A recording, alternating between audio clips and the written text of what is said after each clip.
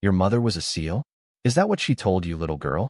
Maybe in her dreams, the words, slick with condescension, echoed across the polished concrete floor of the armory. The crowd of officer candidates, a sea of identical crew cuts and nervous energy, rippled with stifled laughter.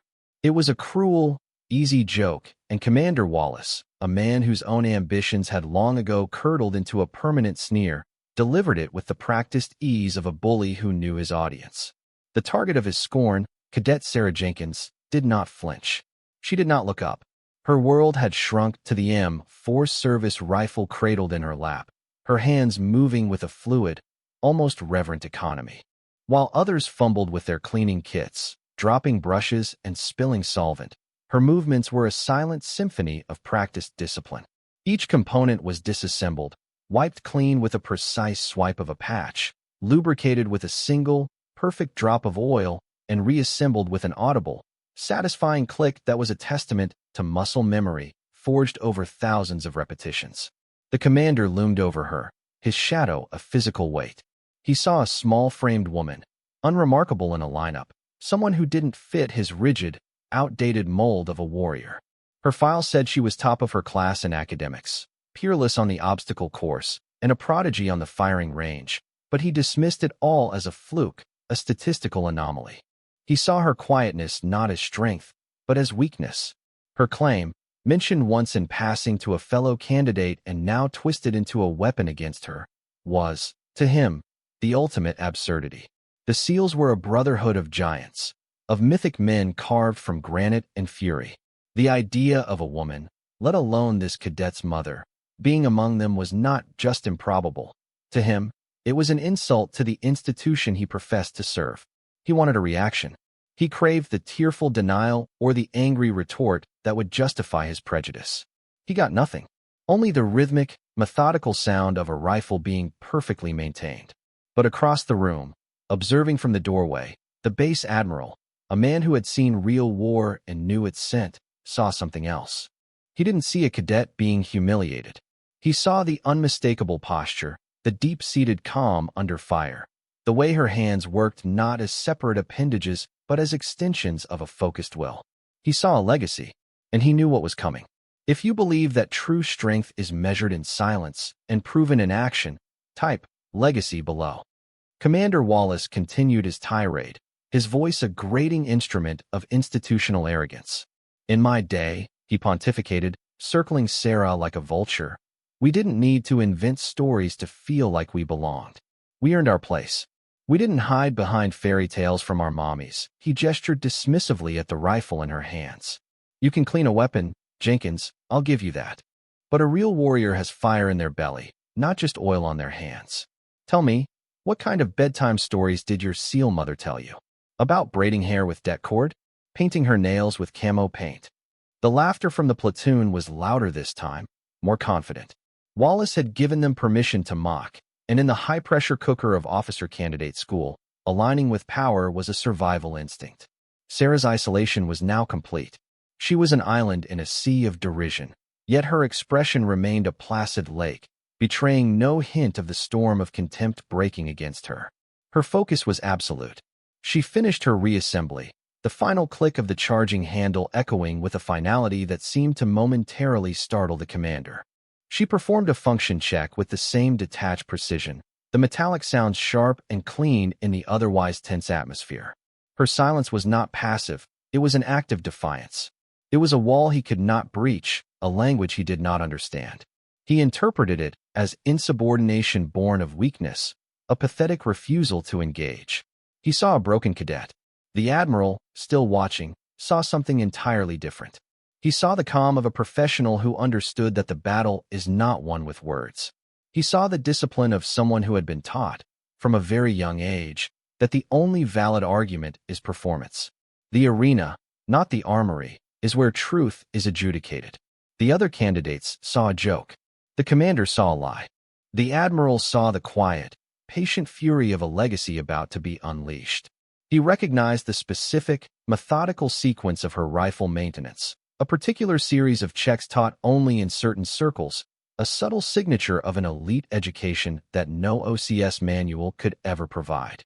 It was a ghost of a memory, a pattern he hadn't seen in years, and it sent a chill of anticipation down his spine. Wallace, blind to it all, was just getting warmed up, completely unaware that he was not the predator in this room, but the prey. The final test was the Archangel Qualification, a new, brutal addition to the OCS curriculum designed by Wallace himself to break the cocky and expose the fraudulent. It was a test of marksmanship under extreme duress, a series of shots at unknown distances with shifting winds and a heart-pounding time limit. It was his personal theater, and he was its director. The candidates were lined up on the 1,000-yard range, the afternoon sun beating down on the arid landscape, heat mirages dancing over the distant targets. One by one, they took their positions, their shots echoing across the valley. Most struggled, their breathing ragged, their shots straying wide as the pressure mounted. Wallace stood behind the firing line with a megaphone, his voice a constant, abrasive commentary on their failures. When Sarah's turn came, a hush fell over the line. Wallace's voice dripped with theatrical venom. "All right, platoon, quiet down. Let's give Cadet Jenkins the stage. She needs to concentrate. She's channeling her mother's secret SEAL powers." He gestured to the range master. "Give her something special. Target 7. The hostage scenario. Let's see what a SEAL's daughter can do." The range master hesitated. Target 7 was a ludicrous proposition, a sliver of exposed steel no bigger than a playing card, partially obscured by a no-shoot, civilian silhouette placed deliberately at 1,200 yards, well beyond the effective range taught to candidates. It was not a test. It was a setup for failure, a public execution of confidence. Sarah lay prone, the stock of her M110 sniper rifle nestled perfectly into the pocket of her shoulder. She ignored the whispers, the snickers, the impossible challenge. Her world narrowed to the reticle in her scope, the gentle rise and fall of her chest, and the whisper of the wind she could feel on her cheek. She didn't rush. She didn't panic. She began a breathing cycle, a slow, deliberate cadence that seemed to slow down time itself. Her fingers moved over the scope's adjustment knobs with the delicate touch of a watchmaker, her eyes scanning the subtle shifts in the grass and dust between her and the target. It was a silent, intricate calculus of windage, elevation, and atmospheric pressure, a dance of physics and intuition. The silence on the range stretched, becoming a tangible thing. Wallace, expecting a flustered attempt and a quick, humiliating miss, folded his arms, a smug grin plastered on his face. He was ready with his next insult, the verbal coup de grace to put an end to the Jenkins myth, but Sarah did not fire. For a full minute, she remained motionless, a living statue of concentration. Her eyes were closed. The other candidates exchanged confused glances. Was she forfeiting? Had the pressure finally broken her? Wallace raised his megaphone. "Having trouble, Jenkins? Need your mommy to come hold the rifle for you." His words were swallowed by the vast, open space. And then, her eyes opened. They were clear, calm, and utterly devoid of doubt. She exhaled, her breath a barely visible plume in the cool air flowing down from the hills. At the very bottom of that exhale, in the infinitesimal pause where her body was perfectly still, her fingers squeezed the trigger. The crack of the rifle was sharp, a whip snap that broke the tension. It was a clean shot, devoid of the anxious tremor that had plagued the others. For a moment, nothing happened. The target was too far to see the impact, the delay for the sound to return an eternity. Wallace scoffed, turning to the platoon. "And that, ladies and gentlemen, is what we call a he was cut off."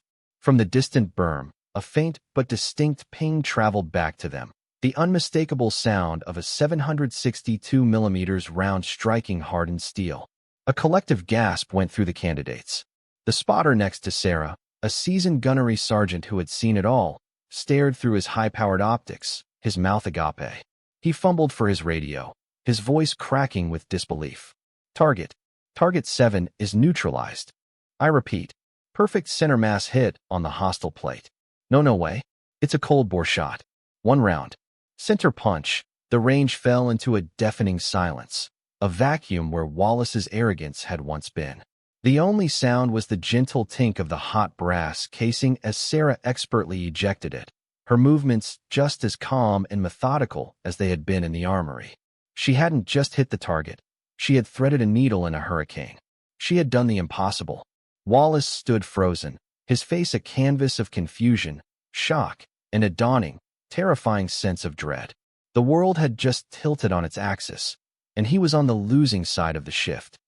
Just as the stunned silence on the range began to fray into frantic whispers, the crunch of tires on gravel announced a new arrival. A convoy of black SUVs, flags denoting the rank of a senior officer fluttering from their fenders, pulled up behind the firing line. The doors opened, and out stepped the base admiral, a man whose presence commanded immediate, unthinking respect. He was flanked by his aides, but his eyes were fixed on the small drama unfolding at the end of the range.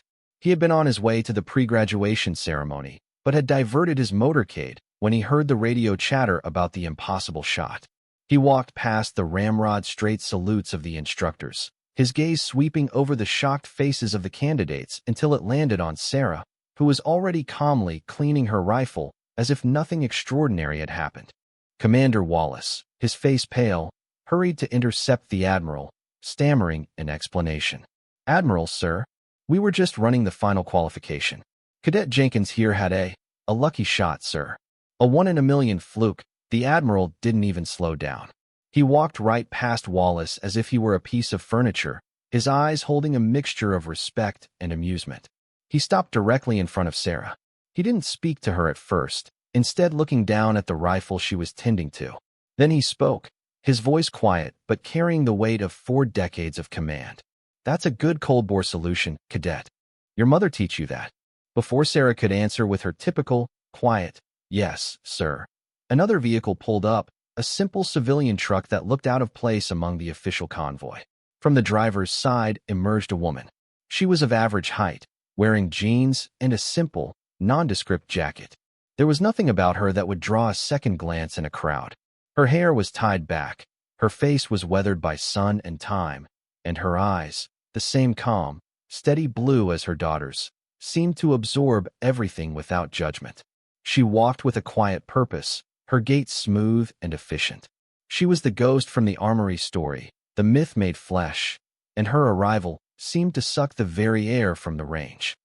The woman approached, stopping beside her daughter and giving her shoulder a gentle squeeze, a silent message of pride that spoke volumes more than any shout of praise ever could. She gave the admiral a small, respectful nod. "Admiral," she said, her voice low and even. "Sorry to interrupt." The admiral turned, his stern expression softening into one of profound, almost reverent respect. He faced Commander Wallace, who was now sweating profusely, his world shrinking to the space between this unassuming woman and the 4-star officer staring him down. "Commander," the admiral's voice was dangerously calm. "You called this cadet's shot a 1 in a million fluke. You publicly questioned her integrity and the service of her family. You made a series of assumptions based on ignorance and prejudice." He paused, letting the words hang in the hot, still air. "Let me make an introduction. You clearly failed to make yourself." He gestured to the woman. "Commander Wallace, meet Master Chief Petty Officer Evelyn Jenkins." Retired, the name meant nothing to Wallace. He was still processing. But the admiral wasn't finished. He continued, his voice rising with each credential, each word a hammer blow against Wallace's crumbling reality. Her call sign was Echo, because the only thing the enemy ever knew of her presence was the sound of the aftermath. She was one of the first women to ever pass BUD/S selection, part of a classified pilot program the details of which you will never be cleared to know. She served for 25 years in the United States Naval Special Warfare Development Group at the mention of DevGRU, the official name for SEAL Team 6. A wave of shock rolled through the assembled sailors. This was not just a SEAL. This was the elite of the elite. "Her operational record is sealed," the admiral stated, "but I can tell you her uniform holds the Navy Cross, 2 silver stars, and 5 bronze stars with valor." She didn't tell her daughter bedtime stories about being a SEAL, Commander. She taught her daughter how to survive, how to shoot, how to be a professional. As if on cue, a low rumble grew in the distance. Over the rise, a procession of over 50 vehicles appeared, trucks, motorcycles, and vans, all filled with men who bore the same quiet, watchful intensity as Evelyn Jenkins. They were heading for a fallen warrior reunion being held on base. and they had diverted to the range to welcome their sister-in-arms and congratulate her daughter. 200 of them. A living, breathing sea of Navy SEALs, from grizzled Vietnam-era frogmen to young operators fresh from the sandbox, poured out onto the range. They didn't shout. They didn't threaten. They simply stood behind Echo, a silent, powerful testament to the legacy Wallace had so arrogantly mocked. His world didn't just tilt. It shattered. The story of what happened on the 1,000-yard range spread through the naval station like a shockwave. It traveled from the barracks to the officers' club, from the mess halls to the highest echelons of command. It became instant folklore, a cautionary tale whispered with a mixture of awe and glee. The details were embellished with each retelling. The target became smaller, the wind stronger, the number of SEALs larger, but the core truth remained immutable. Commander Wallace had aimed his arrogance at a quiet cadet and hit a legend. The impossible shot Sarah had made was christened the Jenkins line, a new, unofficial standard of excellence that humbled every candidate who stepped onto that range. A few days later, a visibly shaken Commander Wallace sought out Sarah and her mother near the parade grounds. His uniform was immaculate, his posture rigid, but his eyes, for the first time, were stripped of their sneering superiority. They held the hollow look of a man who had been forced to confront the vastness of his own ignorance. He stood before them, cleared his throat, and delivered a formal, stilted apology. "Cadet Jenkins, Master Chief," he began, his voice barely a whisper. "My conduct was unprofessional and inexcusable. I made assumptions without cause, and I disrespected a record of service I am not worthy of comprehending. There is no excuse for my words or my actions. I am truly sorry." Sarah, embodying the grace she had been taught, simply nodded her acceptance. It was her mother who spoke. Evelyn Echo Jenkins looked at Wallace, her expression not of anger, but of something closer to pity. She saw a man trapped in a prison of his own making, a world defined by loud talk and shallow judgments. "Respect is earned in the arena, Commander," she said, her voice soft but carrying the unyielding strength of tempered steel. "It's not found on a roster or behind a clipboard. The best warriors I ever knew were the ones you never heard coming." Remember that she offered no further condemnation, no demand for punishment. The lesson had been delivered, and his public humiliation was a far more potent consequence than any official reprimand. The quiet competence she embodied had triumphed, not through revenge, but through the simple, undeniable demonstration of truth. The legend of the Jenkins line became more than just a story. It became a teaching tool. The spent 762mm casing from Sarah's shot was mounted on a simple wooden plaque and hung in the range tower. Beneath it, a brass plate was engraved with a single, powerful quote attributed to Master Chief Jenkins. "The silence is the sound of competence." Instructors at OCS began to use the incident to teach new candidates about the dangers of assumption and the true nature of a warrior. They spoke of how Commander Wallace had judged by appearance and volume, while Cadet Jenkins had spoken with a single, perfectly placed round. The story served as a potent reminder that the most formidable individuals are often the least conspicuous, that strength does not need to announce itself. Wallace himself underwent a profound transformation. Stripped of his brittle arrogance, he became a quieter, more thoughtful instructor. He was seen spending more time with the candidates who struggled, offering encouragement instead of ridicule. He had learned, in the most humbling way possible, that his job was not to break spirits but to build officers, and that he had no way of knowing the silent legacy that walked beside each and every one of them. Sarah, for her part, deflected the newfound fame with the same quiet humility she had shown all along. When classmates would ask her about the shot, she would simply say, "I did what my mother taught me to do." She didn't revel in Wallace's downfall. She focused on her training, on her team, on the path ahead.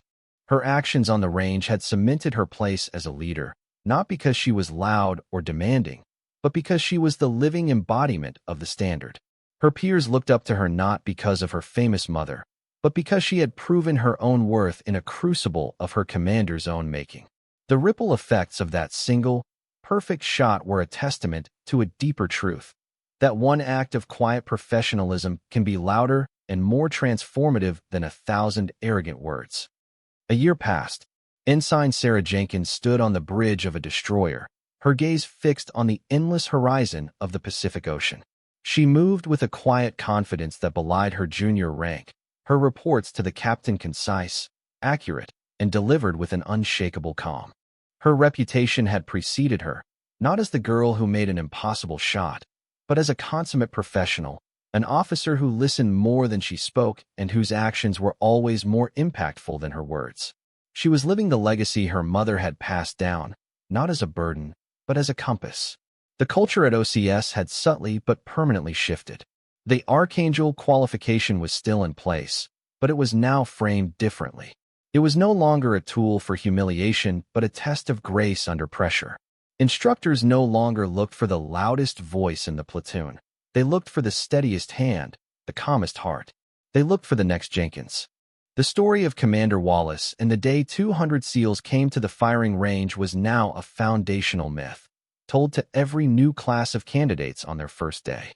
It was a lesson in humility, a warning against the poison of prejudice, and an inspirational tale about the quiet strength that forms the true backbone of the service. It taught them that a warrior's worth is not defined by gender or size or boastful claims, but by their discipline, their competence, and the respect they earn when the pressure is on. The plaque with the spent casing remained in the range tower, a silent sentinel, its brass plate polished by the hands of hundreds of candidates who would stop to look at it before their own qualification, drawing a moment of silent inspiration from the legacy it represented. It was a symbol of a powerful truth, that a legacy is not something you inherit, but something you honor through your own actions. True legacy isn't a story told about the past.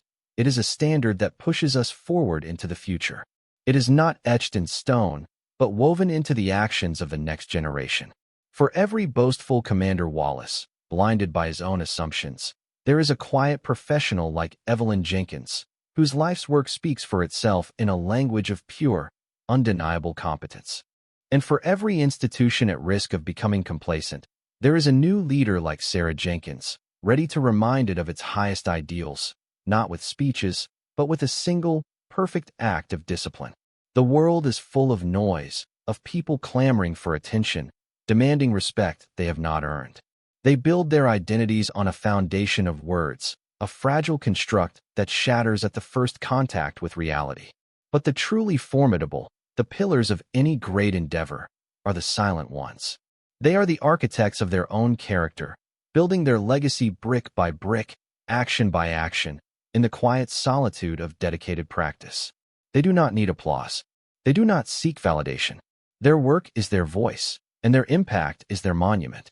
The respect they command is not given. It is yielded, a natural and inevitable response to the gravitational pull of their excellence. It was never about a mother being a SEAL. It was about a standard of professionalism so profound, so deeply ingrained, that it could be passed from a mother to a daughter like a sacred inheritance, an unbreakable code of conduct that says, let the noise fade. Let the doubters talk. Let your actions be the only argument you ever need to make. For more stories where quiet competence triumphs over loud arrogance, and where silent discipline defines their worth, subscribe to Unknown Heroine Stories.